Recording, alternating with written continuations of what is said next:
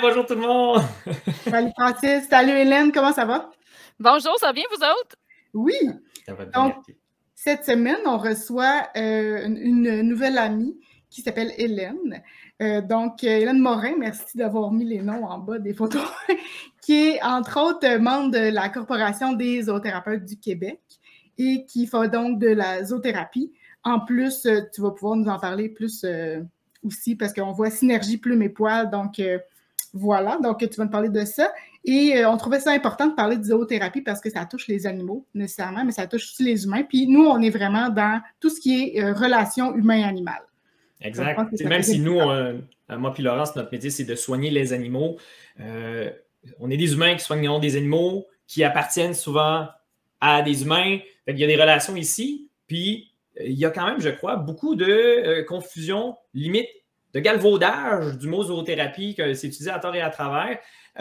Puis ça existe, ça a des bienfaits bien démontrés, la zoothérapie, mais c'est pas juste comme flatter des chiens, là. Fait que je trouvais ça super important d'en parler, puis d'entendre quelqu'un qui, non seulement est zoothérapeute, comme toi, Hélène, mais qui est comme très professionnel, qui a des très bonnes compétences aussi, autant dans la relation d'aide, mais dans le comportement animal, parce que veux pas, c'est ton outil de travail. Fait que j'ai bien hâte de t'entendre parler de tout ça. Donc, Hélène, est-ce que tu veux nous présenter un peu ta personne? Qu'est-ce que tu fais? Eh là là, je vais essayer de faire ça bref. Oui! Moi aussi, j'ai ce problème-là quand on me demande.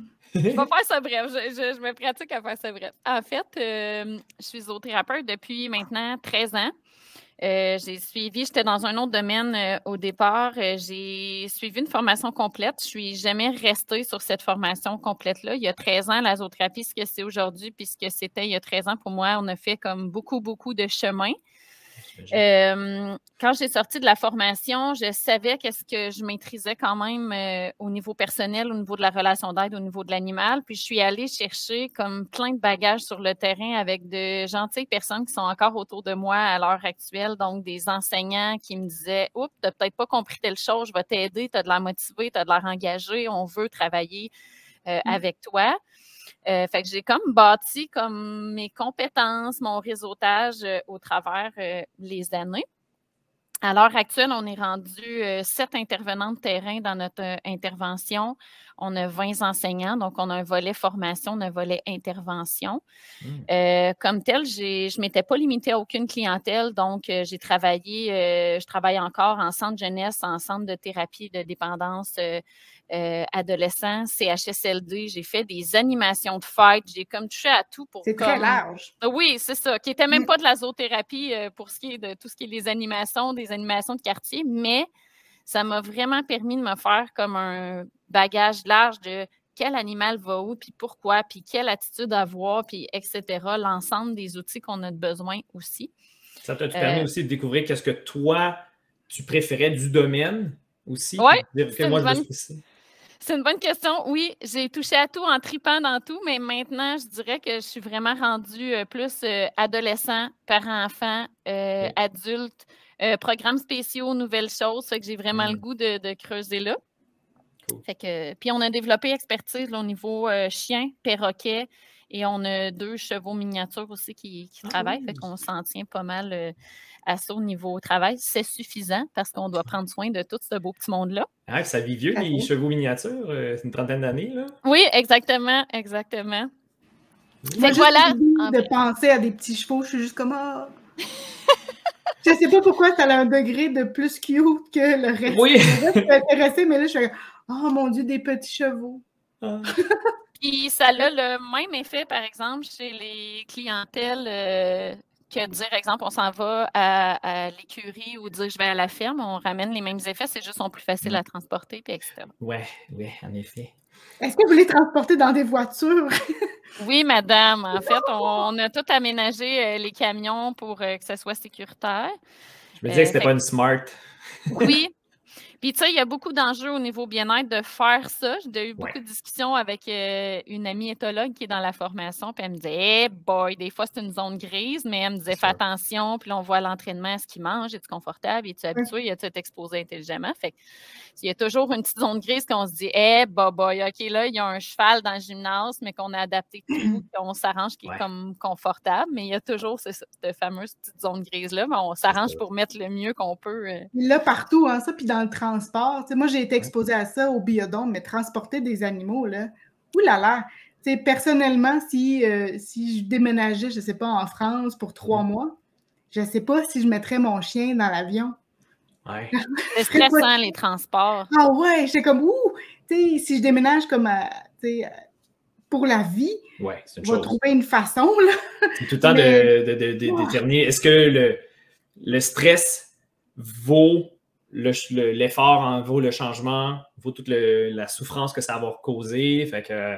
Qu'est-ce qu'on fait, tu sais? En tout cas, moi, j'étais comme, pas assez de sur ce monde pour comme gérer mon chien pendant un voyage de 7 heures dans un avion. Bref, donc oui, on comprend que c'est quand même des considérations qui sont importantes et qui sont gérées aussi, là. Le stress au travail pourrait être un sujet qu'on parle pendant vraiment très longtemps au niveau de l'animal parce qu'il y a des stresseurs qu'on contrôle, d'autres moins. Donc, c'est tout dans l'entraînement, dans l'éducation de l'animal que c'est super important de l'exposer à plein de situations avant de le mettre là puis d'attendre qu'on ait les réactions. Fait qu'il y a beaucoup de préparation au niveau des animaux et c'est quand même une portion très, très grande. Oui, c'est ça. C'est pas juste je prends mon chien puis je l'amène. Il faut le préparer à toutes ces choses-là. Puis c'est pas juste un travail de quelques jours. Là. Ou ça n'a pas l'air passif non plus, là. Non, exactement. Fait que c'est beaucoup de préparation. Même moi encore, on a encore l'entraîneur qui régulièrement vient voir nos chiens de banque, vient nous accompagner dans les réflexions parce que c'est pas une recette non plus toute faite. Fait que c'est vraiment, OK, lui est plus relationnel comme chien ou comme animal. Bon, ben voici l'attitude que tu vas adopter. OK, dans tel autre contexte, etc. Fait que c'est assez long de préparer nos candidats pour s'assurer qu'ils sont bien, qu'ils sont capables de prendre des initiatives, qu'ils comprennent c'est quoi les initiatives. Fait que le stress est présent, on ne peut pas l'effacer, mais on essaie juste de ne pas tomber dans comme c'est trop stressant que je suis inhibée, je ne peux comme plus rien faire, etc. Fait qu'on on met beaucoup de préparation. C'est important pour nous. Mais avant de tomber dans le grand sujet, moi, j'aimerais ça que tu nous parles de la corporation parce que on entend plein tu sais, il y a différentes associations et des corporations. Donc, qu'est-ce que c'est? Puis qu'est-ce que ça veut dire être membre de la corporation? Donc, on est membre, j'imagine? Oui. J'agis en tant que membre, fait que je vous dis ce que je connais, puis ça se peut que ce soit pas 100% exact, mais j'y vais avec ce que je connais. En fait, la corporation doit exister depuis, si ma mémoire est bonne, quelques années avant que j'ai été formée. Fait que disons une quinzaine d'années, je peux être à quelques années près. Ça avait été créé là, à l'époque justement pour rassembler les professionnels de différentes régions parce qu'on n'était pas nécessairement nombreux. Avec le temps comme tel, c'est encore cette mission-là, mais il y a beaucoup qui se sont ajoutés au niveau de la sensibilisation, par exemple, du public. Oui, réunir les zoos. Oui, offrir, exemple, un code de déontologie au niveau de la pratique, qu'on sache un petit peu là, exactement les barèmes de la profession. C'est pas un ordre, donc c'est pas une obligation d'être membre de la corporation. C'est sûr qu'on va le conseiller. Puisqu'ils ont fait aussi des changements dans les dernières années au niveau des exigences, au niveau de la formation qui est demandée. Parce que ça aussi, c'est un gros sujet. Est-ce que j'ai besoin de beaucoup de formation, pas assez, etc., selon le bagage? C'est ça qui devient un peu plus complexe. Fait que la corporation fait vraiment office aussi de sensibilisation auprès du public, d'expliquer c'est quoi la zoothérapie. Fait qu'on a des mandats autant au niveau des membres, mais au niveau du grand public. Puis comme intervenants en zoothérapie ou zoothérapeutes, ben, les gens peuvent avoir accès à une panoplie de documents légaux, par exemple, d'assurance, etc. Fait que pour l'instant, c'est un peu ce que ça en est. C'est combien de membres à peu près? Vous êtes partout au Québec, c'est ça? Oui, les gens peuvent être partout. Puis je pense que dans les dernières années, je ne sais pas si ça a été fermé ou réouvert, il y a des gens de l'international qui pouvaient s'inscrire. Là, je dis ça en toute, j'ai aucune idée des chiffres, mais d'après moi, on est autour de 250 membres. Quand même. Fait que, comme je dis, il y en a qui décident d'adhérer, d'autres non, d'autres, etc. Mais là, à l'heure actuelle, là, je dis ça comme je dis, c'est toute réserve. Je ne suis pas tout le temps. C'est correct, c'est juste enregistré. C'est ça, il n'y a pas de problème. Puis c'est quoi la formation que ça prend? Justement, la formation, c'est comme une des exigences pour être membre de la corporation, mais c'est quoi la formation que ça prend pour devenir zoothérapeute? Bien, en fait, il y a 5 volets. Donc, il y a l'humain, donc tout ce qui est relation d'aide, connaître la clientèle, connaître ce que je vais voir, c'est quoi les outils que je vais avoir. La psychologie, à la limite? Oui, psychologie, moyens d'accompagnement, donc tout ce qui est la relation vraiment humaine. Ça, c'est un très gros volet. Fait que là, on est dans un des gros morceaux. L'autre gros volet, c'est le volet animal. Donc, connaître les besoins de mon animal, connaître comment je vais l'éduquer, connaître comment je vais me positionner, donc ma gestion, la sélection, comment ça se fait, est-ce que je veux un jeune chien, est-ce que je veux un chien plus âgé. Puis dans ce volet-là, on fait le tour selon les exigences justement de la corporation, les petits animaux, chats, chevaux et chiens, donc qui sont les majeurs quand même au niveau de ce qu'on a besoin.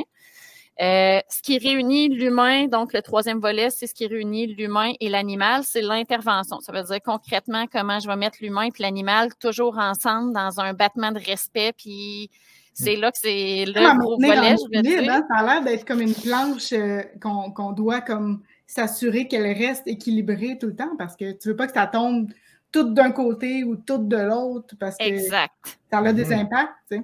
Exact. Et c'est là qu'on apprend à devenir comme le chef d'orchestre de ce bien-être-là, le chef d'orchestre des objectifs. Comment je structure une rencontre? C'est quoi les besoins du milieu que je mets comme les besoins du client, mais je mets les besoins du chien à l'intérieur de ça, ou l'animal, je dis souvent le chien, mais l'animal à l'intérieur de ça. C'est extrêmement complexe. Plus j'en fais, plus je trouve ça compliqué, mais c'est bon signe, ça veut dire qu'on en mange puis qu'on peaufine notre technique. Oui. Parce que le but des interventions, c'est d'aider l'humain. Après tout, l'animal n'a pas de problème. Il est là pour aider l'humain à travers sa présence, les contacts, les interactions, j'imagine. Puis c'est là que les besoins de l'animal pourraient être lésés ou en tout cas pas respectés si on perd de vue ça aussi, là. Oui, au niveau de l'objectif, effectivement, on sait beaucoup l'objectif du client. Puis des fois, ça ajoute même, dois-je dire, là, nous autres, on se promène dans les milieux. Par exemple, il y a plusieurs intervenants puis zoothérapeutes qui promènent dans les milieux. Il y a aussi les demandes du client payeur. Nous, exemple, il faut être rentable, il faudrait qu'il y ait 15 personnes. Oui, mais mon animal, ça se peut qu'il soit pas capable de gober l'énergie puis l'envie d'entrer en relation de ces dites 15 personnes-là. Fait qu'on devient comme on se dit, OK, là, je vais-tu manger? Moi, finalement, mon animal, OK, je compense-tu, il est un peu pas bien. Il y a comme toutes sortes de réflexions qui arrivent. Parce que moi, rentrer en relation avec 15 personnes, là, dans une heure, je suis comme, wow! Mais c'est drôle parce qu'on se surprend à s'attendre à ça d'un animal pour dire, ben là, il va falloir qu'ils disent bonjour à tous les jeunes, sinon Fourni, ils vont même. Oui, puis c'est comme une réflexion qu'on parle toujours avec nos étudiants. Rentrez-vous dans un party puis vous faites salut de façon profonde, émotionnelle, engagée, investi aux 50 personnes ou aux 15 personnes. La réponse est non. Comment pouvons-nous demander ça de façon naturelle à un animal? C'est là qu'on tombe plus dans ce qu'on appelle, nous, les mécaniques. Ça veut dire, j'entre en relation de façon mécanique, donc, donne-moi une bouffe, donne-moi une récompense, je ne te connais pas. C'est une action apprise, là. Oui, puis la personne n'y voit que du feu, mais on est capable de protéger l'animal, de dire, ouais, OK, je te demande 5 $, là, mais je te demande une récompense, mais on épargne beaucoup l'émotionnel du chien, on rentre. Fait que c'est dans les façons d'éduquer que, oui, on le fait, mais de façon... dire que j'ai un chandail qui souligne un peu ça, qui est marqué « You people ». Juste l'idée comme de « Oh mon Dieu », tu sais, puis aller connecter avec ça demande beaucoup d'énergie. Fait que je suis contente de savoir qu'il y a quand même des trucs pour que ça fonctionne pour la personne qui en bénéficie, mais que, tu sais, on va payer l'animal pour dire « OK, fais ça pour 5 $, s'il te plaît ». Oui, puis notre entraîneur, je dis toujours ça à nos étudiants, mais notre première entraîneur avec qui on travaille, elle disait tout le temps, Hélène, sérieusement, tu peux pas demander à un voisin que tu connais pas de sortir tes poubelles. Ça n'a pas rapport. Fait qu'elle me disait, il faut que le chien gagne quelque chose qui est une motivation externe, qui est comme une bouffe, surtout quand c'est ponctuel. Quand il voit toujours le même client, oui, il développe un relationnel, mais si le voisin est nouveau, il ne sortira pas tes poubelles de même parce que tu lui as dit que son entrée était belle, là. Non, il ne va pas te consoler après une peine d'amour non plus si tu n'as pas une relation avant. Donc, exactement. On va faire comme d'une manière un peu malaisée, là, tape sur le dos. Hein.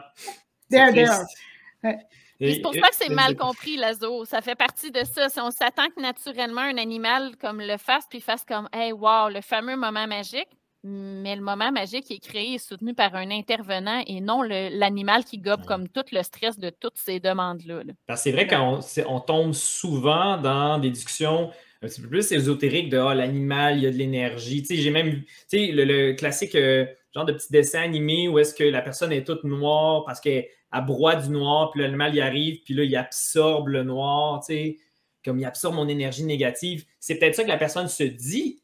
Mais en tout cas, j'espère que l'animal, c'est pas ça qui se passe. C'est pas juste un éponge de désastre. En fait, oui, selon la sensibilité de l'animal, cette image-là, je sais exactement de quoi tu parles. En fait, oui, il gobe. Puis c'est là qu'il faut le protéger. Ça veut dire, c'est là que si ma personne est super envahie, est en gestion de crise, que soit j'arrive avec un candidat qui fait non, moi, le noir, non, je vais rester de façon mécanique, par exemple, dans une situation, focusée sur mon manière parce que je ne veux pas trop gober le noir de l'autre. Puis c'est à nous, comme intervenants, de gérer ça parce que nous, on a les outils, nous, on. Fait que c'est pas juste de se dire, hey, l'animal, c'est une éponge, il gobe ça, parce que l'image du chien noir, là, c'est si on n'intervient pas puis le chien ramasse tout, c'est là qu'il est plus motivé, qu'il est plus engagé, que lui, s'il fait des dépressions, que lui, s'il a besoin de médication, qu'il se gratte partout, etc., puis qu'il perd sa motivation au travail parce qu'il a gobé l'ensemble de l'œuvre de toutes les personnes qu'il a vues. Ça a été difficile pour lui. Mais bref, ça, c'est de la formation. Il y a plusieurs paliers. Oui, mais... fou, là. C'est ça, comment je te ramène ça? Mais donc, tu as l'humain, les animaux, puis l'intervention, en gros. Oui. Puis il y a deux autres volets qui sont comme administration, fait qui est très cool, c'est vraiment l'administratif monétaire de la patente.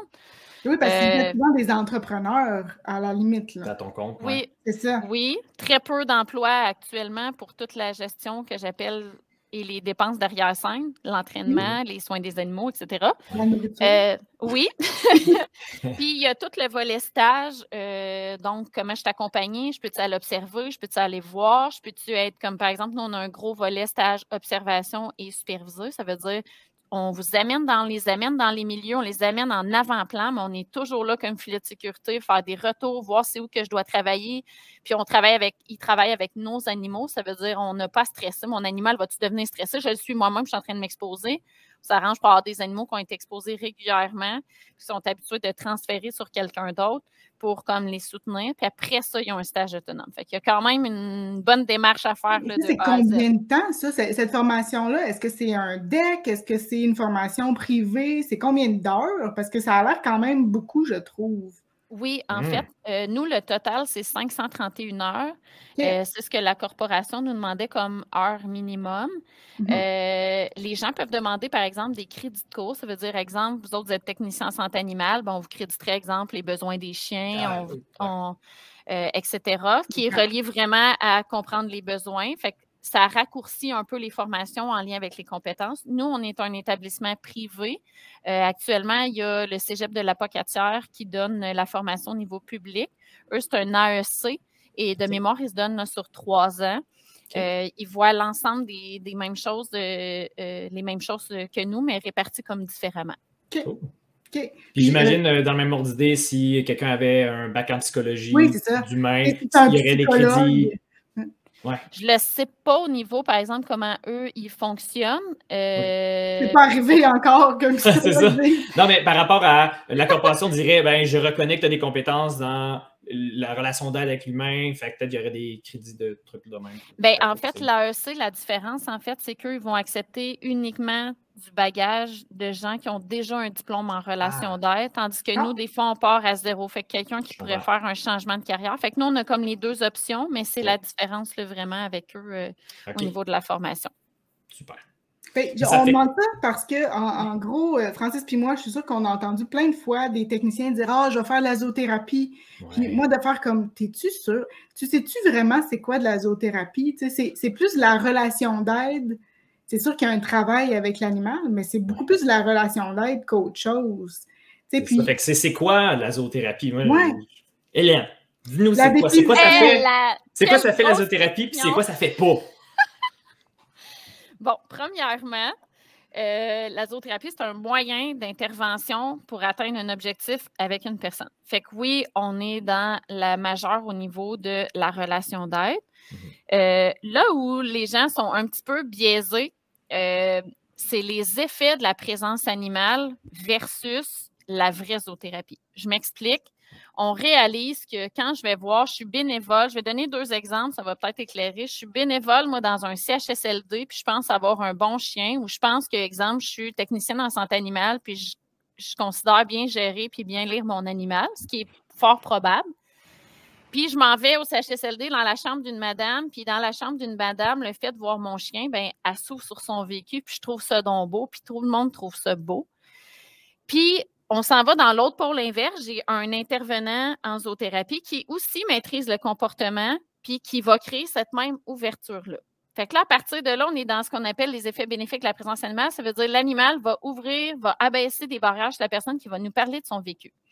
Par contre, le vécu, quand on est rendu en CHSLD, qu'on est près de la mort, que notre famille ne vient pas nous voir, là, je mets ça, je grossis la patente. Non, c'est ça, il faut. Que notre famille ne vient pas nous voir, qu'on réalise qu'on ne peut plus marcher, qu'on est dans plein de deuil, puis qu'émotionnellement, on peut avoir des pertes cognitives, fait que notre cerveau ne sait même plus qu'est-ce qui se passe, puis on peut être à pleurer, puis dans 3 secondes rire. C'est là qu'il faut faire la différence entre une présence animale d'un bénévole, de quelqu'un qui veut bien faire, qui fait bien, qui apporte mais qui, quand va recevoir le tas que l'animal va avoir comme créé comme effet, de dire « Hey, moi, je pleure ma vie parce que l'animal, c'est un catalyseur. » Ça veut dire peut-être que ça ne l'aurait pas fait si j'avais été juste visiter moi, la personne, mais le fait que l'animal est là, ça va venir comme ramener ça en puissance. Bien, les gens ne sont pas outillés pour accompagner des gens qui sont en train de tomber plus bas, même s'ils sont bienveillants, même s'ils connaissent bien l'animal, et c'est ça la différence avec on peut être maladroit facilement dans ces situations-là, même si on veut vraiment être à l'écoute et tout, là, il y a vraiment plein de façons d'être maladroit. Tu sais. Ou juste comme changer de sujet, mais la personne est dans l'émotion, change de sujet. Est-ce vraiment aidant? Est-ce que ce que la personne, ça va l'aider? Elle va sortir de là, elle va se dire hey, j'ai pas eu d'écoute. Oui, le chien, ça m'a aidé. C'est là que mon chien sort puis il est rempli de noir parce que c'est lui qui a gobé ça, parce que tout le monde, le bénévole, a comme refusé de le prendre. L'autre se sent mal, le transpose, se met à comme serrer l'animal, le transpose sur l'animal, à la place que l'humain prenne le devant puis dire hey, ça me fait plaisir d'entendre ça. On va laisser petit Fido de côté, il va être juste couché à côté. Je vais vous entendre, je vais vous écouter, vous pourrez flatter, peut-être juste dans 2-3 minutes, respirer comme il faut, je vais accueillir ce qui est là, puis après, on remettra l'animal. Fait qu'il y a une stratégie dans l'introduction de l'animal au niveau même du bien-être et du client et de l'animal qui est hyper importante. C'est ça, la zoothérapie. Moi, je trouve que quand tu en parles, ça a l'air simple, là, mais j'ai l'impression que... Non, mais dans le sens, tu sais, qu'est-ce qui se fait bien s'explique simplement. Dans le sens, c'est maîtrisé. Mais que combien de fois, en tant qu'humain, on est mauvais dans des situations beaucoup plus simples, qui est comme Francis, je me suis séparée, je suis triste, puis là, je me fais répondre t'inquiète pas, tu vas en trouver d'autres. Ouais, c'est ça. Une des perdue, t'es retrouvée. On est mal à l'aise, fait que là, on répond des choses en essayant de diffuser le malaise de façon très maladroite. Puis, tu sais, on pense qu'on est à l'écoute ou qu'on fait la bonne chose quand on fait ça parce que c'est quand même fait de façon bienveillante, mais hyper maladroite. Puis, je trouve qu'avec quand il y a une intervention avec des personnes qui ont un besoin, qui ont quelque chose, il ne faut pas aller dans la maladresse. Il ne faut pas comme tomber dans le malaise et dire « Oh, je ne sais pas comment faire avec ce malaise-là. » Oui, puis ça, c'est dans n'importe quoi. C'est la différence entre l'amateur et le professionnel. La personne qui est formée sait ce qu'elle fait. Puis là, dans le cas, moi, je trouve, là, on touche à la santé mentale dans ce cas-ci. Je trouve que le serment d'Hippocrate il est important aussi. Tout d'abord, ne pas nuire. Fait que tout d'abord, ne pas dire des choses qui pourraient exacerber la souffrance de la personne ou les problèmes de la personne. Tu sais. Justement, je prends un exemple triste. Si on a la madame qui vient de s'ouvrir, la personne qui vient de s'ouvrir pour parler de son mal-être, puis maladroitement, je change de sujet. Peut-être la personne pourrait voir quand je parle de mon mal-être, les gens se ferment à moi, j'en parlerai plus jamais. Tu sais, ça peut aller jusqu'à là. Tu sais, ça serait terrible. Exactement. Puis, tu sais, on grossit la patente, mais en fait, il y a ce qui fait qu'on a une zone grise, c'est le fait qu'on s'en va. Puis là, je nomme les personnes âgées parce que ça se voit beaucoup avec ce genre de clientèle-là. Là, je vais dire ça comme ça. De dire, ouais, mais finalement, en majorité, il va y avoir des bonnes réactions. Ouais, mais sur 10, mettons, là, c'est pas une statistique calculée, mais il y aurait une personne sur 10 qui, émotionnellement, le chien que j'amène, il fait penser à son chien puis il fait retomber émotionnellement vraiment plus bas. Est-ce qu'on veut vraiment comme être dans cette zone grise-là de comme se dire qu'une chance sur 10, mais le 1 sur 10, j'ai fait vivre ça? Je sais pas. J'ai une petite étoile qui me dit comme tension, là. Puis un bénévole ne saura pas quand introduire, retirer son animal, quand le récupérer, quand il va être en repos, etc. Il va comme juste le mettre là en savourant vraiment les bons moments, puis il va en avoir. Mais est-ce logique côté bien-être? Est-ce logique côté objectif? Pas tout à fait. Il faut minimiser les risques, en fait. Puis, tu sais, est-ce que c'est convenable 1 sur 10? Bien, je pense qu'on ne se poserait jamais la question dans un autre domaine, comme dans une anesthésie sur 10, il meurt. Est-ce bien grave? 9 a bien été. Tu sais? Donc, on ne va pas s'acharner sur le 1, que ça fait aucun sens. Ce n'est pas un risque qui est adéquat. Si on dit ça 1 sur 10, mais en résidence de personnes âgées, si on regarde, mettons, nous, dans nos sorties, sur 10 personnes, on en a 7 ou 8 sur 10 qui vont s'ouvrir sur leur vécu et que c'est le premier effet présent, ce qui veut dire que c'est hyper encore plus important, ce qui veut dire que le besoin d'ouverture puis de parler de son vécu puis de laisser aller les émotions est 7 ou 8 fois sur 10 hyper important. Fait que il y a une belle petite réflexion derrière. Improviser. Nous, la seule chose qu'on s'improvise, Francis et moi, c'est podcasteux. On trouve que le risque est minime. En tout cas, pour le moment. Au pire, on va se faire rire de nous. Oui, c'est ça. Ça, c'est notre risque qu'on est correct avec, je pense. Mais oui, non, de s'improviser dans des choses comme ça, des fois, c'est qu'on ne saisit pas l'ampleur de l'effet que ça peut avoir. Puis, quand on ne sait pas, on ne sait pas. Là, mais le but, c'est de s'en assurer qu'on ne fait pas de tort, en effet, ou les risques pour l'animal aussi, ou j'imagine même que dans des clientèles plus jeunes, des enfants, il y a moyen de traumatiser un enfant avec un animal, même si l'animal ne fait pas des choses, tu sais. Oui, puis ce qu'il faut prendre en considération, c'est que l'élément le plus dur pour l'animal, pour l'intervenant, puis pour le client aussi parfois, l'élément qui est le plus dur, c'est l'imprévisibilité. Fait que quand on s'en va dans le milieu, nous, on ne sait pas ce que le client va donner. L'animal, il va arriver plein d'affaires dans le milieu et du client et de tout le monde, y compris nous comme intervenants. Fait que si quelqu'un est à l'aise de jongler avec l'imprévisibilité, peut-être que lui est capable, mais que son animal n'est pas nécessairement capable. Fait qu'il y a tellement de tangentes. L'imprévisibilité, là, c'est comme un thème qu'on parle pendant je ne sais pas trop combien de journées parce qu'on ne sait pas ce qui va arriver. Mais ça, là, ça demande un certain contrôle, ça demande de la préparation, ça ne demande pas j'ai choisi avec mon petit chien Fido d'aller au... Ça n'a pas rapport. Non. Mais c'est clair parce que, tu sais, moi, j'ai déjà eu mon chien, on s'en allait en quelque part en voiture, puis il est arrivé un événement avant qu'on rentre dans la voiture. Il y a quelqu'un qui a crié après. Ça l'a comme déboussolé, puis il est resté, tu sais, ça fait monter un peu ton réservoir, en tout cas, ou ça fait descendre tes ressources disponibles pour te gérer pour le reste de la journée, peut-être. Oui. Tu te retrouves avec une circonstance qui est un petit peu différente que ce que tu avais prévu. Puis, tu sais, le réservoir d'énergie, là, effectivement, c'est un des aspects qu'il faut comme... Ça pourrait être un aspect à discuter, vous me direz si vous voulez aller là, mais au niveau de l'énergie, on a souvent tendance à vouloir moins gérer, voire moins d'imprévisibilité. Nous, comme intervenants, de choisir un animal plus calme, mais en même temps, quand je suis calme, j'ai pas toujours un... Puis je dis pas qu'on veut un animal excité, c'est pas ça que je veux, mais dans la jauge, dire, exemple, dans le stationnement, tu me donnes un bon exemple, Laurence, mais dans un stationnement, je sais pas, moi, il y a un camion de poubelle, puis bang, il échappe la boîte de métal dehors.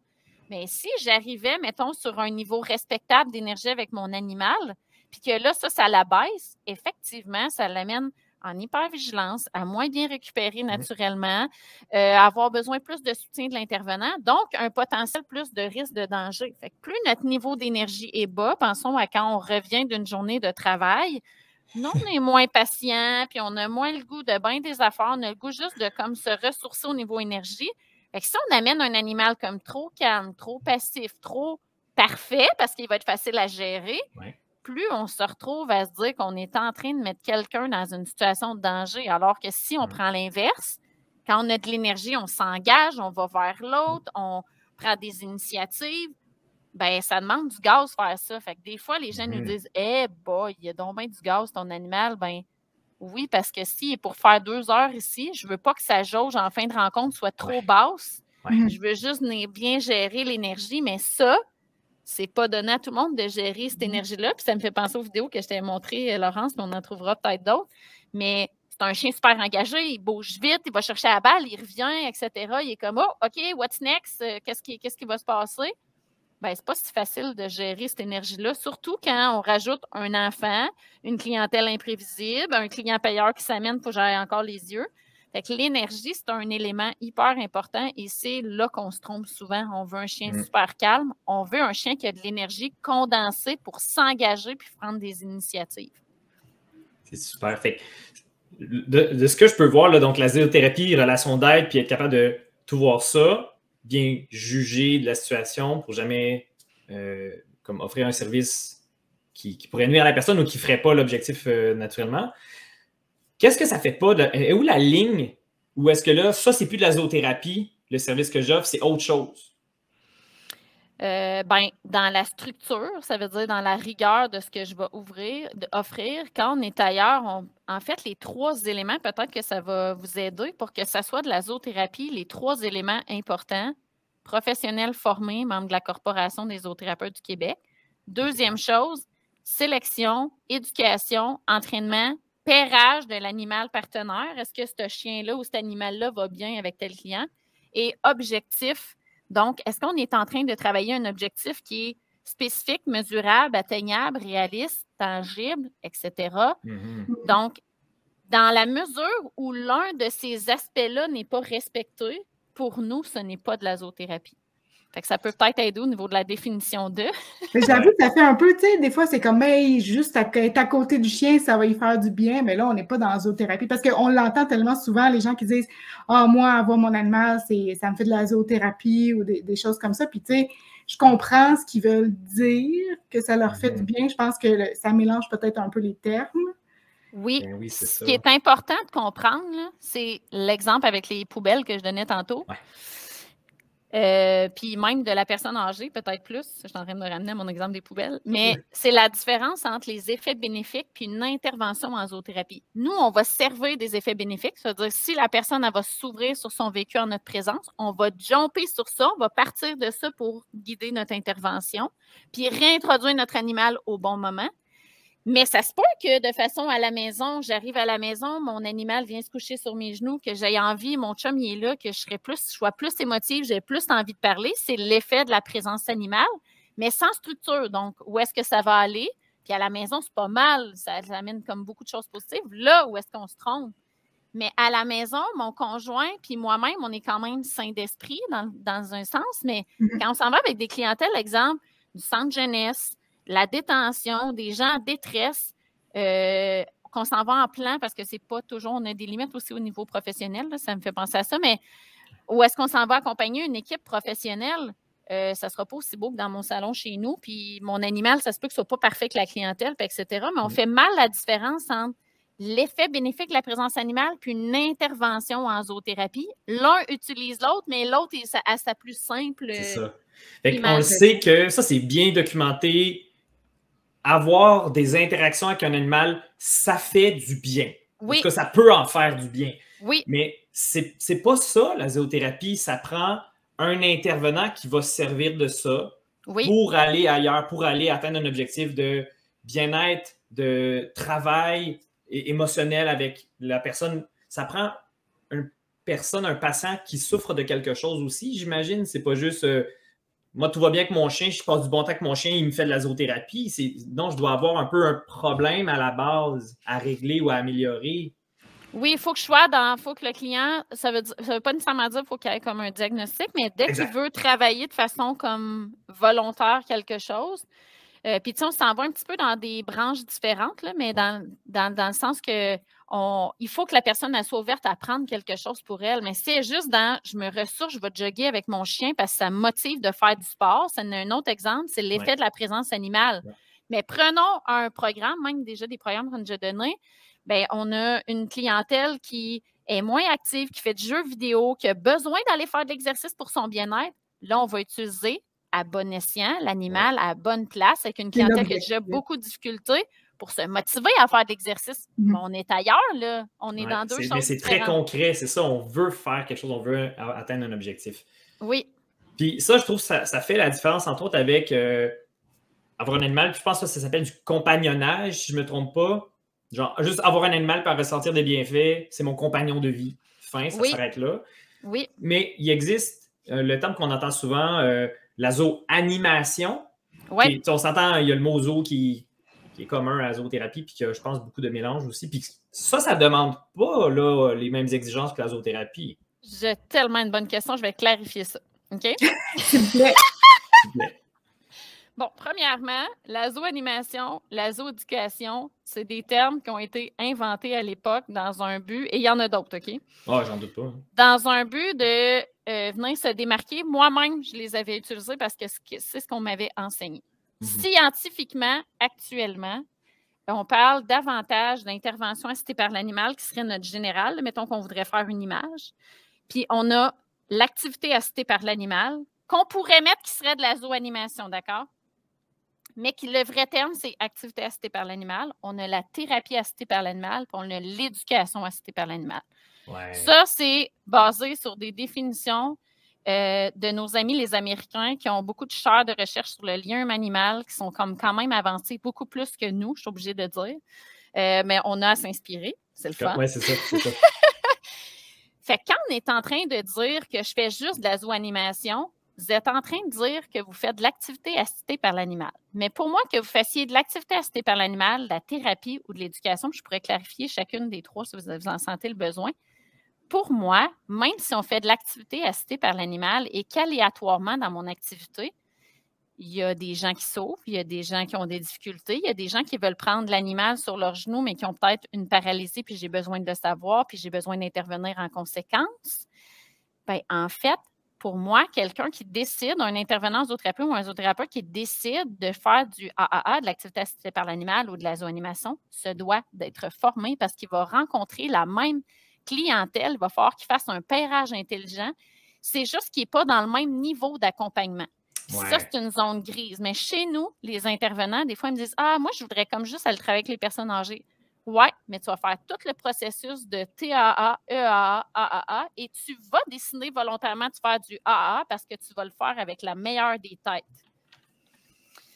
Ça sonne beau à mes oreilles parce que ça, c'est de la rigueur dans le but d'aider les gens au mieux, d'en échapper le moins possible, de faire le moins de maladresse, donc de causer du tort le moins possible. C'est du professionnalisme, tu sais, de rester un peu dans son champ d'expertise puis dans ses limites. Et c'est une question majoritairement de sécurité et de bien-être de tous. Fait que ça devrait être le point essentiel de la réflexion et ça ne l'est pas. Fait qu'on navigue en zone grise. Là. Ah, j'ai des bons oiseaux, j'ai un bon animal, ben pourquoi je ne le ferais pas? Oui, ça va apporter du bien, mais si vous regardez l'enjeu et la zone grise avec laquelle vous êtes en train de jouer, on ne veut pas jouer là sur la sécurité des gens et émotionnelle et physique et de la réputation de tout le monde qui fait ça. Ouais. Mais ça se fait. Ah, je fais juste ça, mais j'en fais pas. Mais oui, j'en fais, mais je ne suis pas intervenant. Mais j'ai pas une formation complète, je ne suis pas reconnue. Fait que c'est tout le temps. Oui, mais puis on est comme là-dedans. Puis le public, c'est quand même, entre guillemets, nouveau. Là. On parle de 10, 15 ans, que là, c'est un service qui est plus commun pour le public. Ça doit être très difficile de s'y retrouver parmi tous ces mots-là, ces noms d'intervention-là, qui le vocabulaire n'est même pas, entre guillemets, réglementé non plus. Fait que tout le monde peut bien s'appeler zooanimateur s'il le veut, tu sais. Il n'y a aucun titre réservé à l'heure actuelle. Fait que, mettons, vous pourriez dire demain matin, moi, je m'en vais faire de la zoothérapie. Légalement, il n'y a personne qui a aucun recours contre vous. Je ne dis pas de le faire. Mais il n'y a aucun titre réservé. Fait. Et à même notre corporation, étant donné que c'est très nouveau, la zoothérapie, on n'est pas d'accord sur toutes les définitions. On n'est pas d'accord sur comment l'animal doit être intégré. On n'est pas tous d'accord sur les outils en lien avec la clientèle qu'on utilise, parce que c'est correct dans la vie, c'est pas tous les intervenants qui sont comme d'accord sur tout. Ça amène une espèce de, même entre nous, une espèce de aïe, de quoi qu'elle est en train de parler, elle, puis ça, j'ai pas appris ça à l'école, puis il y en a qui font plus de la présence, déjà parce que leur formation qui ont été choisies était peut-être incomplète, entre guillemets, parce qu'ils pensaient comme bien maîtriser la patente, mais maîtriser le monde animal, vous savez c'est quoi? Plus le monde humain et en plus maîtriser comment on le met ensemble, c'est un vraiment gros objectif. Ça. Moi non plus. Jamais, ça m'intéresse même pas. Je veux bien voir. Moi, je veux bien être un petit oiseau puis regarder une intervention. Mais on vous invite, vous viendrez voir une intervention, ça vous tente. Pour vrai, moi, je serais franchement curieux, mais je ne mettrais jamais tes bottines. Là, parce que ça nous amène à être en hyper-vigilance constante pour le bien-être, pour l'objectif, pour que tout soit placé au bon moment pour dire « OK, là, il faut que je mette mon animal en retrait, question de bien-être. En même temps, il faut que je me mette en position d'écoute. Mais pendant que je suis en train de l'écouter, il faut que j'écoute des éléments pour lui faire des reflets, pour l'amener comme humain quelque part. OK, après, l'animal revient. » C'est énorme. C'est vraiment énorme. La seule façon que je peux imaginer, moi, c'est juste une petite partie de ça. Moi, mon chien est réactif. Patate, d'ailleurs, il dort et il ronfle à côté de moi. Mais bref, si quelqu'un m'invite avec Patate, ben, admettons un souper, mais moi, je vais être en gestion. Je ne vais pas être dans mon souper en ce moment. Je vais gérer mon chien qui est aveugle dans une maison qu'il ne connaît pas, qui est réactif parce qu'il y a des chats quand je suis allée chez Francis et tout. Donc, tu sais, je suis en gestion. C'est le meilleur exemple. C'est les deux compétences, là, puis tu nommes le bon exemple, les deux compétences pour être excellent en zoothérapie, ça, c'est scientifiquement prouvé. Il y a des livres sur ça. Attention partagée. Fait que je m'en vais chez Francis. Les chats sont réactifs. Qui va vouloir le serrer, qui va pencher ses épaules par-dessus, puis il va réagir. Fait que là, tu es en train de manger, mais en même temps, tu es en train de te dire, OK, y a-t-il quelqu'un qui approche mon chien, puis de comment lui le lire? Puis la deuxième compétence, qui est la plus importante, qui est la deuxième plus importante, action-réaction. Il se passe de quoi? Il faut que je réagisse là parce que la seconde que c'est trop, puis mon humain continue, exemple, de mettre de la pression sur ton chien qui n'est pas confortable, morsure. Ah oui, puis tu n'es jamais assis confortablement, tu sais. Puis moi, je n'ai pas un humain à gérer, dans le sens Francis, je sais qu'il ne va pas soulever mon chien puis lui faire des choses qu'il ne veut pas, mais tu es quand même, non, en Francis, ça c'est non. Bref, tu es quand même en vigilance puis tu n'es jamais en repos. Puis en plus, il faut mener une intervention envers un but qui est souhaité, qui est désiré. C'est vraiment une demande aussi de ressources pour l'intervenant. C'est beaucoup de choses. L'attention partagée, c'est pas que c'est pas une bonne chose. C'est pas une chose facile que le cerveau il trouve absolument sympathique à faire. C'est très drainant. C'est très drainant. Dis-toi que, mettons que Francis, là, il décide qu'il ne respecte pas le bien-être de l'animal parce que, exemple, il ne connaît pas ça. Il n'est pas mal intentionné, puis il arrive, je mange c'est comme, comment tu peux, si c'est ton ami, tu vas dire, hey, fais pas ça. Mettons, puis c'est correct, il va s'en remettre. Mais un client qui est fragile émotionnellement, qui est en manque, exemple, d'avoir une présence, tu dis, hey, non, fais pas ça comme ça, à place de dire, hey, regardez-moi, d'engager une conversation humainement, ça demande aussi un autre doigté. Puis oui, ça demande des actions-réactions, mais ça demande OK, j'aurais le goût de dire que c'est un peu trop, mais son intention est pas mal, il y a comme un gros besoin. Fait que c'est une attention, c'est demandant pour le cerveau. Et pour l'animal, on peut le comprendre aussi parce qu'il est dans cette même hyper-vigilance-là, lui aussi. Mais c'est pas passif. Moi, c'est ça que ça me fait penser. C'est absolument pas passif. Non. Des fois, on voit, mettons, comparativement, la socialisation des chiens, souvent, les gens, ils pensent qu'il faut juste l'exposer, puis il va se faire. Puis, tu sais, on a l'idée que c'est passif. J'ai l'impression que des fois, dans notre tête, on peut voir la zoothérapie comme quelque chose de passif, mais c'est hyper actif, puis de la vigilance à côté, là. Oui. Puis, tu sais, j'avais notre entraîneur, une des premières amies entraîneurs qui travaillait avec moi, elle me disait, hey, là, sérieusement, là, tu ne vas pas l'amener dans le milieu de même, là, free, sans préparation. Puis, parce que je n'avais pas appris beaucoup de choses dans ce domaine-là, dans ma formation, elle me disait, tu vas le préparer, tu vas préparer des repères, tu vas le préparer que c'est toi le lien, tu vas venir le soutenir, voici dans quelle position tu vas le faire, voici quand tu vas lui donner de la bouffe pour comme renforcer les bons moments, voici comment tu vas gérer les périodes de stress, etc. Mais tout ça, il gobe ça comme dans l'environnement, puis à un moment donné, ça lui prend des repères. Ça, là, c'est la première chose qu'on enseigne. Nous, on a des repères. Est-ce qu'on commence une job, puis on se dit, tiens, voilà l'ordi, voilà les tâches, pas d'accompagnement, pas de soutien, pas de motivation, pas de... OK, qu'est-ce que je vais faire? Ben, je vais démissionner. Je vais juste démissionner. C'est trop bouleversant. C'est ça, les animaux, là, tes outils de travail, mais encore une fois, c'est pas juste un marteau, là, c'est un être vivant. Fait que c'est pas des petits robots, des petites machines qui sont toutes prêtes, là. C'est un partenaire, c'est souvent le terme qu'on utilise, oui. Je trouve que c'est le meilleur mot, en effet, pour décrire la fonction puis la relation. Est-ce que c'est de la job du zoothérapeute ou dans les compétences des zoothérapeutes attendus d'être capable d'entraîner son animal ou les animaux, ses partenaires de travail, ou toi, tu dirais oui, mais on ne sera jamais aussi efficace qu'un entraîneur à part entière? Qu'est-ce que tu en penses? C'est une excellente question. Tu as des excellentes questions. Merci. En fait, on s'efforce vraiment beaucoup de transmettre le plus d'outils possible aux intervenants qui sont en formation. Pourquoi? Parce qu'ils veulent faire une sélection de leurs candidats, Puis moi, je pense que c'est du domaine du zoo de se faire une tête avec ça. Qu'est-ce que je cherche? Quelle clientèle je vais aller chercher? C'est des choses qu'on voit dans les cours. Je cherche tel candidat, je cherche pour telle clientèle ou je cherche un candidat at large. Qu'est-ce que je cherche? C'est quoi les critères? Ouais. On les forme le plus qu'on peut, mais je réalise avec beaucoup de temps que c'est une grosse bouchée. Autant ça l'est au niveau de tout comprendre les clientèles qu'on va voir, puis les besoins, puis comme décoder ça. Puis... Fait qu'on a une base qu'on propose, mais même moi, là, après 13 ans, puis j'en gobe, là, je donne les cours, on a toujours besoin d'aide parce qu'on va toujours avoir un entraîneur qui est comme perfectionné dans « OK, ouais, telle affaire, je ne sais plus quoi faire avec ça. » Puis c'est tellement difficile ce qu'on fait sur le terrain que moi, si je leur dis, vous allez avoir une base, vous allez savoir ce que vous cherchez, vous allez savoir quel genre d'entraîneur vous cherchez, vous allez savoir quel type de chien vous cherchez. Faites-vous aider dans vos réflexions, mais la base de ce que vous cherchez vous appartient, puis je vous ai amené à l'observer.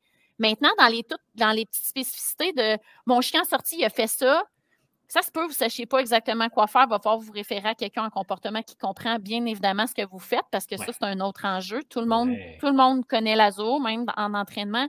C'est pas tout le monde qui est venu voir à quoi ça ressemble un milieu de zoothérapie. Fait que cherchez quelqu'un qui accole avec vos valeurs, qui comprend vos choses, puis faites-le ensemble. Fait que ils ont une base, mais moi, je pense qu'ils ont besoin d'aller après ça, se trouver un partnership, de dire c'est solide, puis la personne, elle sait ce que je cherche, elle comprend, elle est venue voir. Très cool. Mais moi, j'aime ça le fait qu'on bénéficie des expertises de différents milieux, tu sais. Puis tout à l'heure, tu as mentionné ça, mais tout petit peu, mais est-ce que des fois, vous travaillez avec des psychologues ou avec, tu sais... Oui, bien, en fait, dans l'autre pôle inverse, en fait, c'est de savoir sa limite professionnelle. Parce que quand je parlais de thérapie assistée par l'animal, dans notre fameux 3 sous-catégories, il y a la thérapie assistée par l'animal qui est majoritairement des gens formés en relation d'aide. Donc, il y a des psychologues qui vont travailler avec les animaux, des psychoéducateurs, des éducateurs spécialisés, etc. Ils sont dans cette catégorie-là. Donc, eux, ils vont avoir leur partenaire pour déclencher des choses. On parle de l'ouverture du vécu, mais je peux déclencher plus rapidement l'ouverture du vécu, par exemple, si je suis psychologue puis je suis accompagnée pour le faire. Dans un pôle inverse, c'est aussi possible de faire du TAA. Par exemple, moi, à l'heure actuelle, je n'ai pas fini encore mon diplôme de relation d'aide. D'ici quelques années, ça va être fait. Il faut le faire intelligemment. Ça veut dire, nous, par exemple, moi, je n'ai pas de diplôme en relation d'aide, mais j'en fais du TA. J'en fais comment? J'en fais quand je vais sur le terrain, dans les milieux. Je vais dire, OK, moi, je suis outillée pour monter la structure, voir le pairage, voir la gestion animale, voir au questionnement, soulever les bonnes affaires, venir peser sur le bouton, comme j'appelle. Et quand je vais avoir pesé sur le bouton, j'ai besoin de quelqu'un pour m'accompagner. Fait que là, j'ai le travailleur social, j'ai le psychologue qui est là, j'ai l'éducateur spécialisé et volontairement, il m'avait demandé de peser sur le bouton. Fait que là, on se dit, OK, on a touché quelque chose. Je prends un petit peu un arrière-scène, je réintroduis l'animal au bon moment, puis on le fait en interdisciplinaire, où est-ce qu'on se dit, ben yes, on sait quand un prend l'arrière-scène de l'autre. Donc, les deux sont possibles actuellement. C'est juste qu'il faut se sentir bien outillé dans ce sens-là aussi. Mais ça, c'est vraiment cool. Oui, c'est vraiment très cool. C'est comme une relation win-win-win là, pour le patient, pour l'animal, puis les professionnels, tout le monde collabore pour le mieux Oui. Du problème, tu sais. Parce que on n'a aucun intérêt à aller plus loin que ça. On n'a aucun intérêt, en général, à aller plus loin que notre expertise, tu sais. Ouais. On bénéficie tellement des champs de compétences et d'expérience des autres que moi, je trouve ça magnifique de pouvoir dire, OK, moi, mon plan de match, ça va être ça, je vais faire ça. Toi, ça fait-tu? OK, parfait. Donc, quand ça va arriver, là, je trouve que c'est vraiment une stratégie hyper comme gratifiante pour chacune des parties. Et un peu, je vais amener le terme, ça peut être un peu dangereux aussi dans le sens où on se fait appeler régulièrement pour venir peser sur le bouton, je vais dire ça. Là, on travaille beaucoup, moi, ma clientèle, beaucoup que j'aime, comme je dis, c'est les thérapies de dépendance ado. Des fois, ils se disent, OK, on a 8 semaines pour réhabiliter un jeune qui a une histoire rocambolesque, qui est comme blessé profondément, que sa famille n'est pas adéquate. Mettons, là, je grossis la patente. L'animal est un catalyseur. Ça veut dire, ça se peut que normalement, un intervenant ait été capable de créer un assin relationnel pour aller là, mais je vais venir, puis ça va leur sauver par l'effet catalyseur. Je vais venir peser sur le bouton, puis je vais avoir un 10 séances qui va faire vroom, puis je vais arriver direct sur ce que je veux. Fait que ça devient dangereux, puis ça revient à mon initiale de ma fameuse personne âgée. Bien, ça va très vite. Fait qu'il faut avoir des intervenants qui roulent, qui comprennent c'est quoi l'ASO, qui comprennent ce qu'on vient de déclencher, puis qui nous disent exactement sur quel bouton on veut peser pour qu'il soit capable et que lui soit capable d'accepter que ça va aller aussi vite aussi, puis que son client ne sera pas en réaction, puis il va être capable de venir le soutenir. Fait que ça devient comme si je roulais sur l'autoroute avec la zoothérapie à 400 km/h, puis qui sont habitués de rouler à 150, ça prend une organisation qui a le goût d'être là, ça prend un zoo qui a le goût d'être là, ça prend les meilleurs animaux pour être là. Ça demande toute une tête dans ce genre de structure-là. Wow! Moi, je suis très impressionné par jusqu'où ça peut aller, jusqu'où la collaboration peut optimiser les soins pour le patient. Moi, je trouve ça vraiment fantastique. De la haute voltige. On gagne merci pour les explications. Mais ça prend un doigté. Et ce doigté-là, ça se cache derrière une excellente formation, des compétences, ça se cache derrière un pRH, ça se cache derrière une multitude de facteurs qui, les gens sont, même nous, là, entre nous, entre professionnels, on n'est pas toujours conscients. Fait que c'est là que ça devient gros. Oh boy, OK, là, moi, je mets lui dans telle situation, puis ça va vite, ça va vite. Aïe, aïe. Il y a un petit dernier volet que moi, j'avais d'autres petites questions. C'était, les partenaires de travail, les animaux, comment on les prépare à toutes ces choses-là, à tous ces imprévus-là? Tu sais, prévoir l'imprévisible, ça ressemble un peu à ça. Fait que, comment concrètement ça peut ressembler une préparation? Tu sais, tu ne peux pas juste préparer un animal pour un seul rendez-vous, pour un seul patient. J'imagine si tu prépares pour des tendances, puis ensuite, tu improvises un peu. Bien, en fait, la base, c'est une bonne question. Excellente question, encore une fois. Wow. Je vais essayer de faire ça simple parce que c'est quand même un très gros cours, puis plus je le donne, plus il est comme gros. En fait, oui, de la préparation, c'est la première chose. Oui, il y a de l'exposition, mais de l'exposition intelligente. Les deux choses qui me viennent en tête de répondre, qui est la base, de un, développer les motivations et connaître les motivations de mon animal. Est-ce que c'est le lien avec son propriétaire? Est-ce que c'est le lien avec l'étranger? Est-ce que c'est la bouffe? Est-ce que c'est le jeu? Etc. Donc, quels sont ses motivateurs? Et c'est de les développer. Donc, c'est vraiment dire, il aime jouer? Fine. On joue, on joue, on joue. On laisse un peu sur notre appétit. On a encore envie de jouer. Je donne souvent l'exemple à mes étudiants. On joue à Uno, on a le goût d'en jouer une autre partie. On joue à Monopoly, on a marre, on ne sait pas c'est quand la prochaine fois qu'on va jouer. Okay? Ça, c'est mon exemple que je donne quand j'étais en comportement. Il faut que ça soit un jeu. Personne ne veut rejouer au Monopoly parce que à la fin du Monopoly, c'était plate. Tout le monde corvée, tu as fini pour avoir un sentiment de complétion, puis c'est tout. Oui, puis tu finis juste pour comme dans la fin, que c'était plate. Fait que la prochaine fois que tu penses au Monopoly, tu te rappelles juste de l'émotion de la fin. Oui, exactement. Mais tout ça, c'est les mêmes choses à l'entraînement dans l'éducation de l'animal. Donc, je joue. Il y a encore jeu de jouer. On range la boîte de Uno. On reviendra plus tard. Fait que la prochaine fois que la boîte de Uno, elle arrive, on est comme « Oui, à Paris, je vais comme le prendre. » Mais ça, toute cette préparation-là, est en lien avec on appelle ça les photographies en entraînement, avec les photos de quand je vais sortir une balle avec un enfant TSA, là, puis que ça va être là qu'il a réussi à prendre la balle puis qu'il va la lancer, mon chien va dire « Yes, la boîte de Uno est sortie. C'est là qu'on joue, puis c'est là qu'il faut que je catch ma chambre. » Le big deal. Ouais. Ça, c'est du beau conditionnement répondant. Là. Je me fais une autoplug. Allez voir un autre épisode sur les mécaniques de l'apprentissage. On en parle en long et en large. Mais je pense que ça, c'est un aspect qui est mal compris, puis que moi, je vois vraiment souvent dans Monsieur, Madame, tout le monde, entraîner ou faire des sessions d'entraînement, par exemple, trop longues. Oui. Puis de briser le motivateur. Oui, exactement, parce que d'y aller jusqu'à saturation, c'est pas comme ça qu'on maintient un bon intérêt. Fait que, tu sais, faut qu'il soit pas frustré que ça arrête parce que ça allait très bien, mais il faut juger de la bonne place où c'est nos sessions, puis de faire ça de façon positive et autres, là, mais bref. Oui, fait que beaucoup dans le développement puis la connaissance de notre animal dans les motivateurs, puis de commencer à développer ces motivateurs-là, apprendre à le connaître dans un lieu qui n'est pas dans le milieu d'intervention, donc à la maison, au local d'intervention, de développer notre lien autour de ça, de développer l'énergie qu'on veut.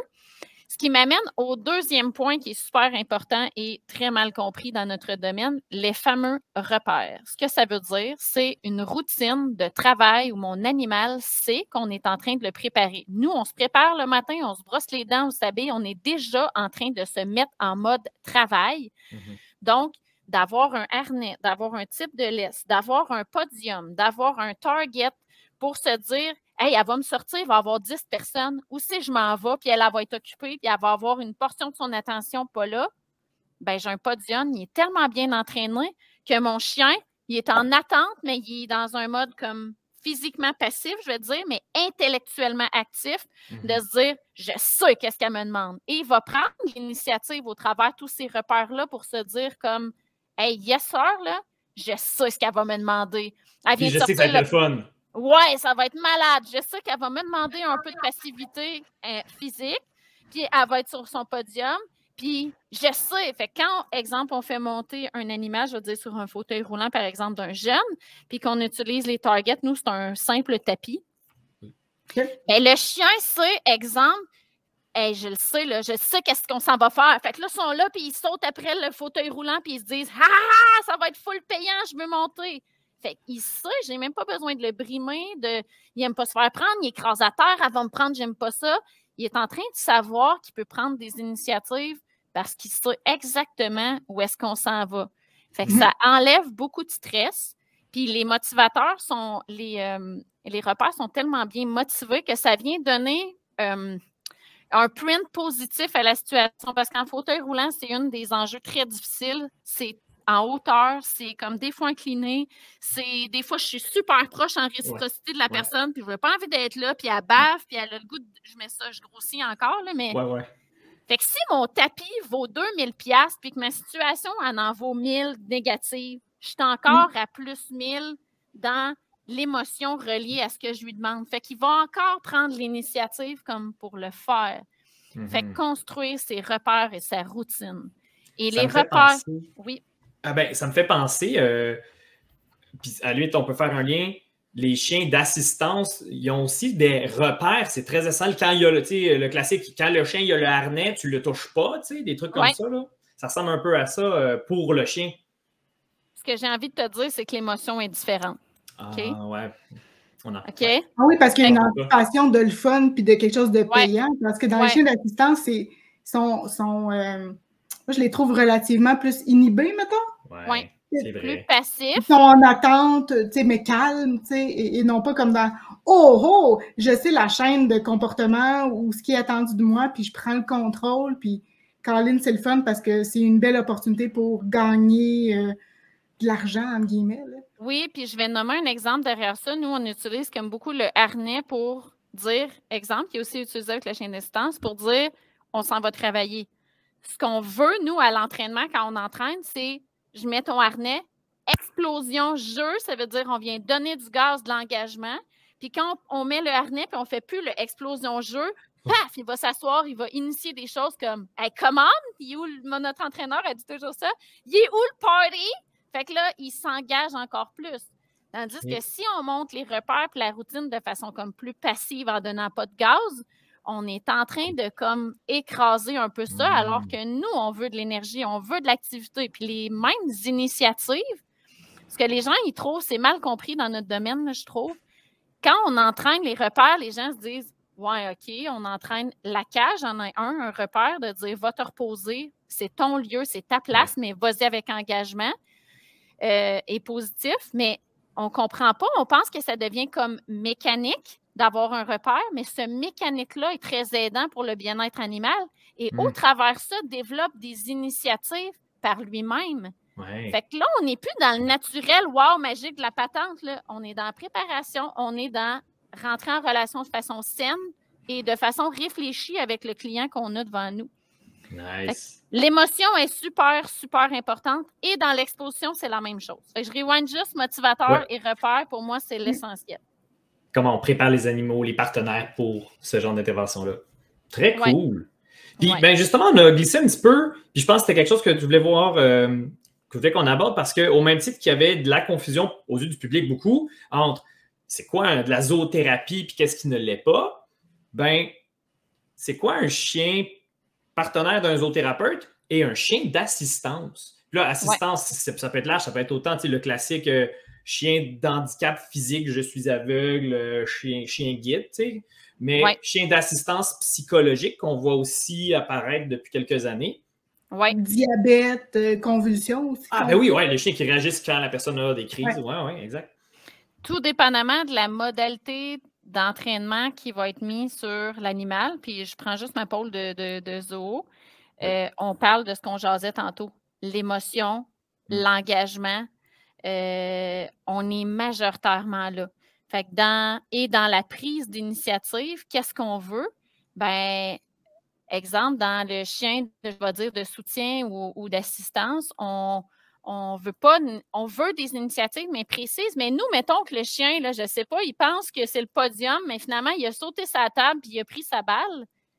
Dans un contexte de chien d'assistance, ça peut devenir dangereux que ça ne soit pas toujours la même réponse qu'il donne.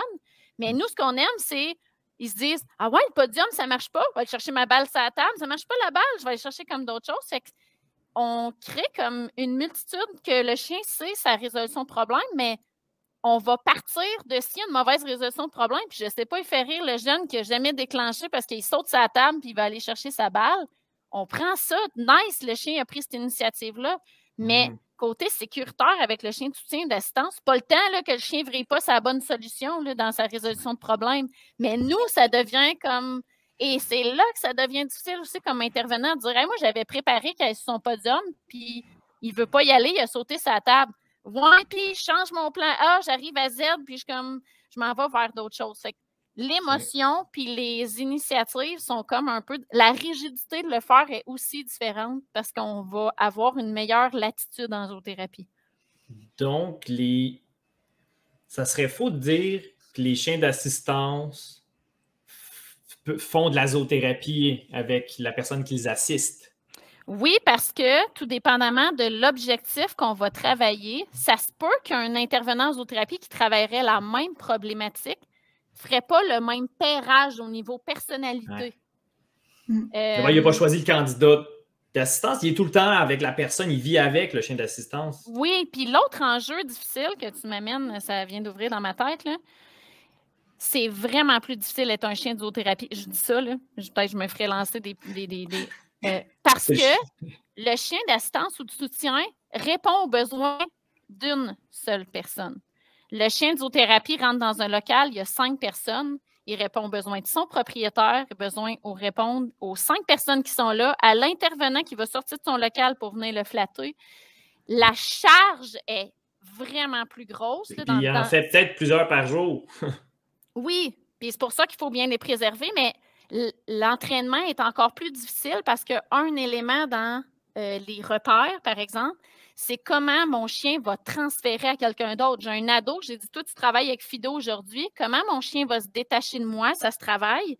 Au niveau des transferts, bien, ça se fait au niveau d'un repère. Je dis toujours, je nomme un exemple, nous, celui qui a la pochette de récompense, c'est le roi du monde pour notre chien. On travaille ça, ça veut dire quand je transfère la pochette visuellement de moi à mon jeune, mon chien fait comme, OK, ma propriétaire est là, mon lien il est là, mais je dois aller m'engager et travailler avec un tel. Mais ça, ce n'est pas une obligation, ce n'est pas nécessaire chez le chien de soutien et d'assistance. C'est une autre différence de OK, il doit prendre une initiative pour aller s'accrocher à quelqu'un extérieur qui est physiquement peut-être à 2 mètres de moi, qui n'est pas énormément loin, mais il faut qu'il s'engage avec quelqu'un d'autre. Le chien d'assistance a comme une seule personne de référence. C'est plus de la discrimination, j'ai l'impression, tu sais, dans les chiens d'assistance, c'est répondre à un cue, comme quand je vois un bord de rue, je fais un assis. Quand je vois ça, j'arrête.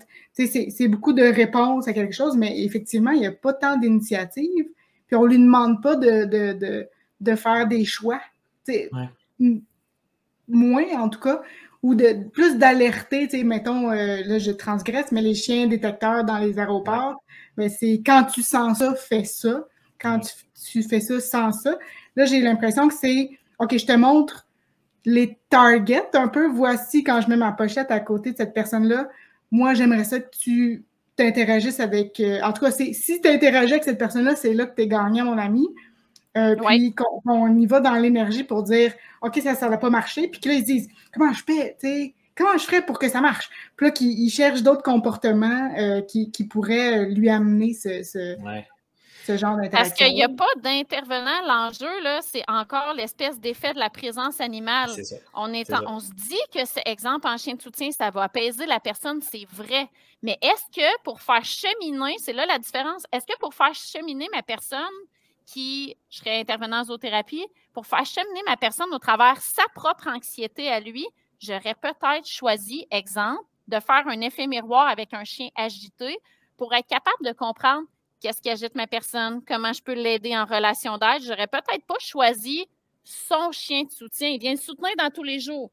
Est-ce que ça fait progresser la personne? Oui. Est-ce que c'est 100% ce qui peut être l'unique chose qui l'aide? Non. Puis ça, je suis sûre que les gens en sont conscients. Mais si j'avais cette même personne-là derrière la laisse, probablement que j'utiliserais peut-être carrément un autre animal pour comme travailler sur l'angle de la personne. Ben, on pourrait même penser plusieurs animaux pour une personne, dans le sens, selon ce qui est voulu à travailler. Je trouve ça intéressant parce que ça montre différentes facettes. Ça montre que les capacités de certains animaux, je ne sais pas, le chien est super excité pour X, mais aussi le petit cheval pour X chose, parce que il y a comme une facilité d'apporter certains concepts avec cette espèce-là, tandis que c'est un petit peu plus flou pour le chien, puis d'y aller un peu de façon agile là-dedans. Oui, exactement, le pairage. Puis le chef d'orchestre, là, il n'est pas là avec le chien d'assistance, puis il n'est pas là. Puis c'est pour ça qu'on les monte un peu plus en mécanique de « OK, je vois le trottoir, c'est ce que je dois faire », parce qu'il y a tellement de variables dans l'humain de référence que... Et d'où l'importance d'avoir un intervenant qui a un lien avec l'animal puis qui le connaît bien, parce que sinon, c'est comme tout et n'importe quoi. Là. Moi, ce que je comprends, là, c'est... Admettons qu'on a... Moi, j'ai vu un beau projet de vétérans de guerre. Donc, des personnes qui ont des syndromes post-traumatiques ou qui reviennent avec des gros troubles psychologiques suite à des événements vraiment impensables. Oui.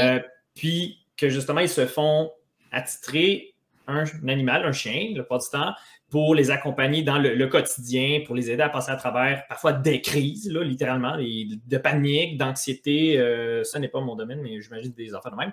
Oui. Puis, le chien, dans le fond, pour le préparer, c'est pas trop compliqué. C'est ils prennent un chien qui est déjà très prédisposé à aimer voir les gens en général, tu sais, à se faire toucher. Puis ça, de base, c'est ça. Il vient avec ça, c'est sa personnalité. Puis, ils lui apprennent, quand tu vois l'humain faire telle affaire, réagis de telle sorte en te collant dessus, en rentrant ton nez entre ses bras s'il faut pour aller lui lécher le visage. Ça va aider la personne à sortir de sa torpeur plus rapidement, plus facilement, ou peut-être même de ne pas sombrer aussi bas qu'il aurait sombré si le chien était absent. Mais c'est juste en guillemets, un pansement sur le bobo. Peut-être que ça empêche le bobo de s'aggraver à un certain point, pas nécessairement, mais ça prend quand même de l'aide psychologique. Ça prendrait quand même, cette personne-là pourrait avoir et son chien d'assistante et des trucs en zoothérapie en parallèle. Un n'empêche pas l'autre. Mais ça serait probablement pas avec son chien qui ferait les trucs de zoothérapie. La question que j'ai envie de poser, c'est est-ce que le chien à long terme, puis ça s'est vu dernièrement, est-ce que le chien à long terme finit par être comme bousillé d'avoir ramassé tout ça? Parce que un chien qui est sociable, qui va d'emblée voir les gens, c'est vraiment génial. Je ne vais pas dire le contraire, mais dans quelle mesure il gobe, le fameux liquide noir d'une personne à l'autre et qui va le gober. Mais nous, en zoo, c'est là que si la figure avec la relation d'aide de l'intervenant en zoothérapie vient faire un bon pairage, ça se peut que le chien qui aurait été un bon pairage, mais là où ce qu'on est, c'est dans un enjeu de bien-être parce que le chien qui vit tout le temps avec cette personne-là, qui répond à quelque chose de comme un indice mécanique, mais qui entre en relation, gobe ça. Tandis que si j'étais en contexte de zoothérapie, l'intervenant sait qu'au moment où, oui, il veut le flatter, si ça devient trop, OK, out, on met une limite. Puis c'est là qu'on appelle les leviers. Ça veut dire, je vais mettre en avant-plan mon levier humain. Ça veut dire, moi, je vais prendre la place pour pas que mon animal gobe le stress. Je l'ai nommé comme tantôt. Mais c'est là qu'on est. Puis c'est là la fausse pensée de dire, OK, mon chien de soutien puis d'assistance, ben, il va faire la job. Oui, il va faire la job, mais combien de temps? Parce qu'il n'y a pas de chef d'orchestre, puis son bien-être est peut-être en jeu. Peut-être pas s'il est mécanique. Peut-être pas, c'est ça. Puis où qu'il y a, je sais pas moi, il y a une intervention que le chien doit faire par semaine, par 2 semaines, puis il a le temps de décanter, puis il a le temps d'avoir d'autres moments le fun avec la personne, puis finalement, il passe par-dessus, puis il passe au suivant. Mais ouais, je vois. Moi, ce que je vois aussi comme différence, c'est que, par exemple, dans l'exemple que tu donnais, Francis, la personne, mettons, qui est en crise et autres, disons que ça arrive fréquemment ou que ça n'arrive pas fréquemment, peu importe, mais elle n'est pas en mesure de pairer non plus l'événement pour le chien quelque chose de positif. Non, absolument pas. Elle est en réaction, là, on n'est pas en action, tandis qu'avec un zoothérapeute, ben, au moins, si on voit que le chien est comme c'est moyen inconfortable, ben, il y a une façon d'intervenir ou de dire, tu sais quoi, ça vaut 1000$, mon ami.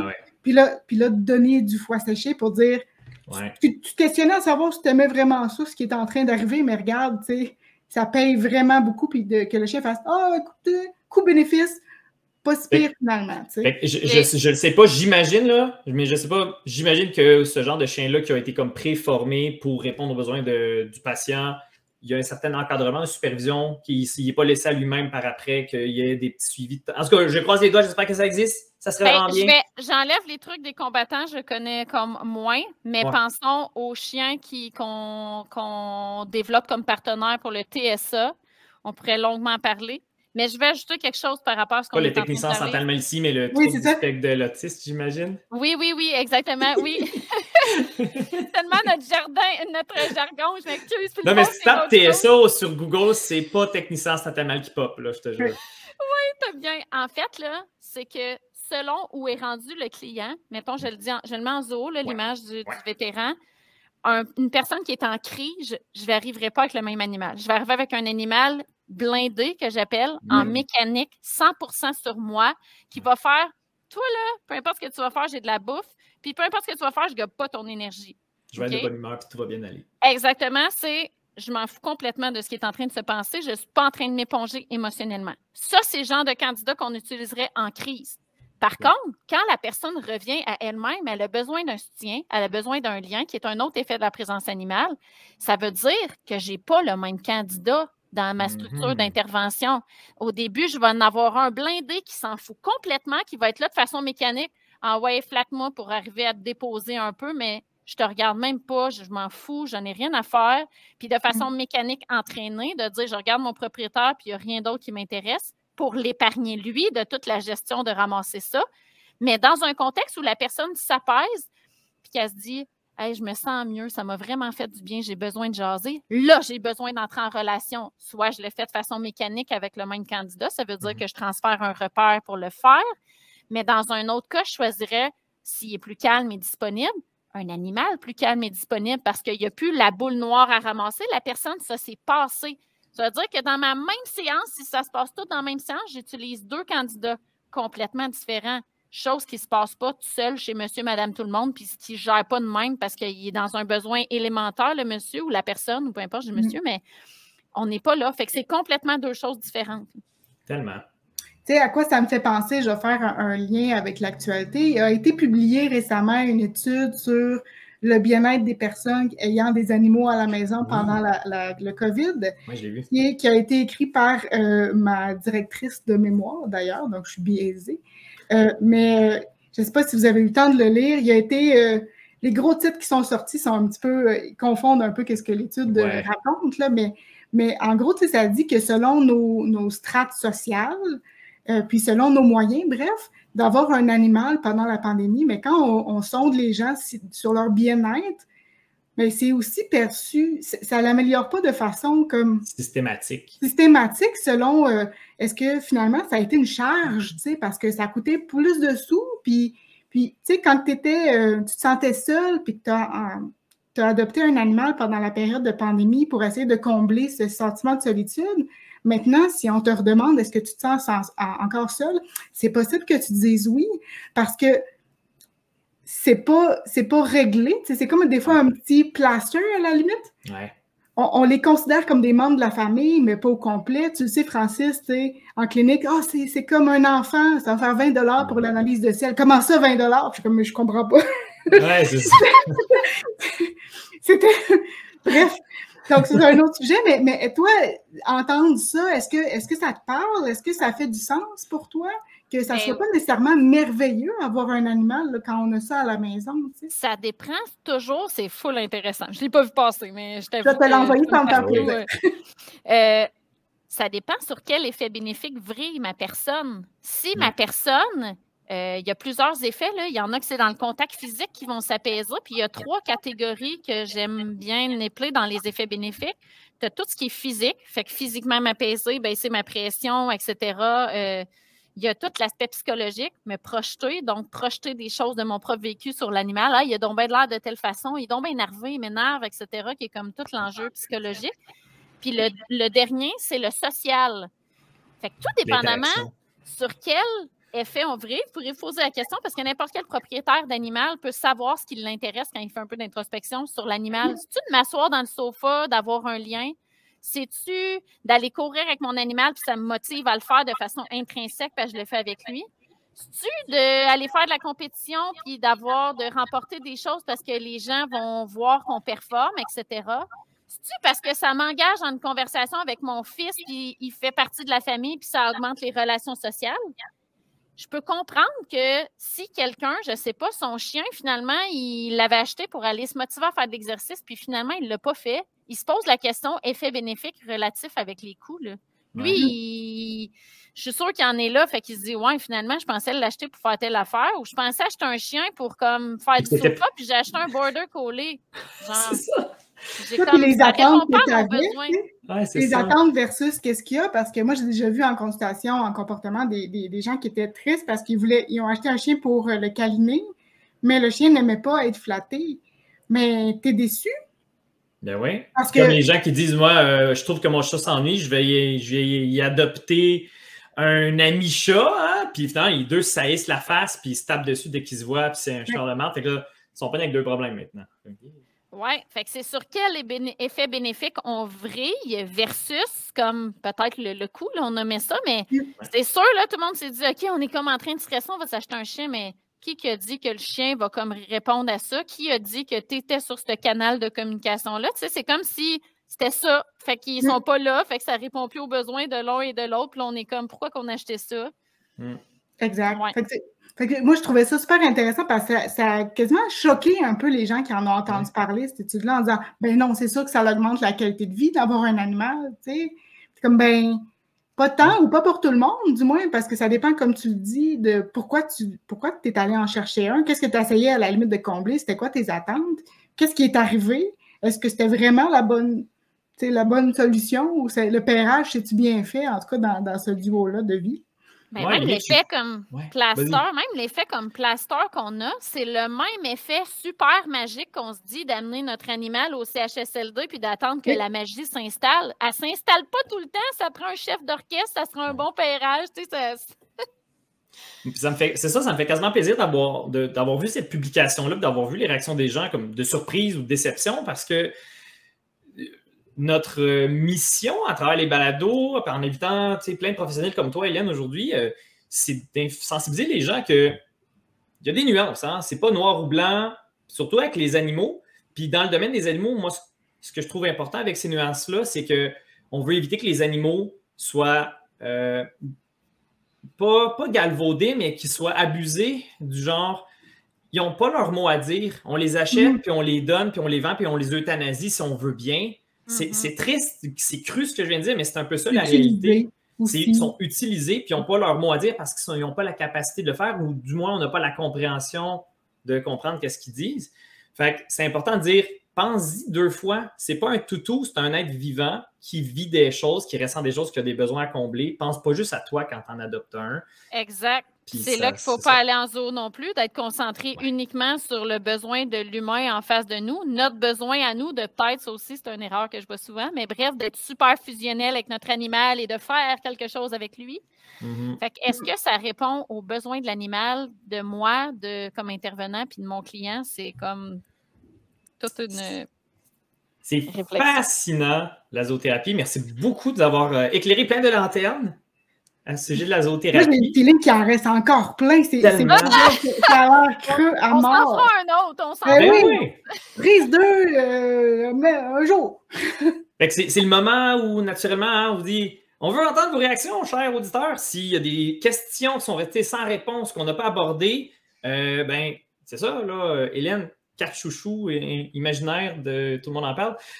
Tu reviens quand tu veux, hein, puis on va refaire une autre affaire, on va parler d'autres sujets. Fait que, si vous, à la maison, il y a des sujets que vous voulez qu'on aborde à travers la zoothérapie, en connexion, en tout cas, en parallèle, peu importe, faites-nous ça parvenir. Écrivez-nous réponse aux vidéos, réponse à notre courriel, comme vous voulez. On va toutes les prendre. Puis voilà, on va pouvoir en faire un deuxième épisode. Merci beaucoup, Hélène. Merci vraiment. Merci à vous autres.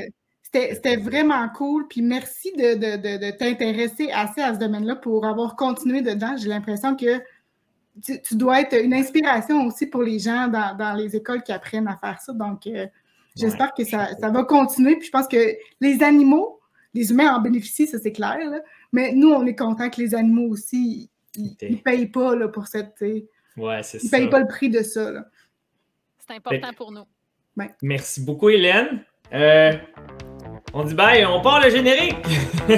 On dit bye. Okay, bye.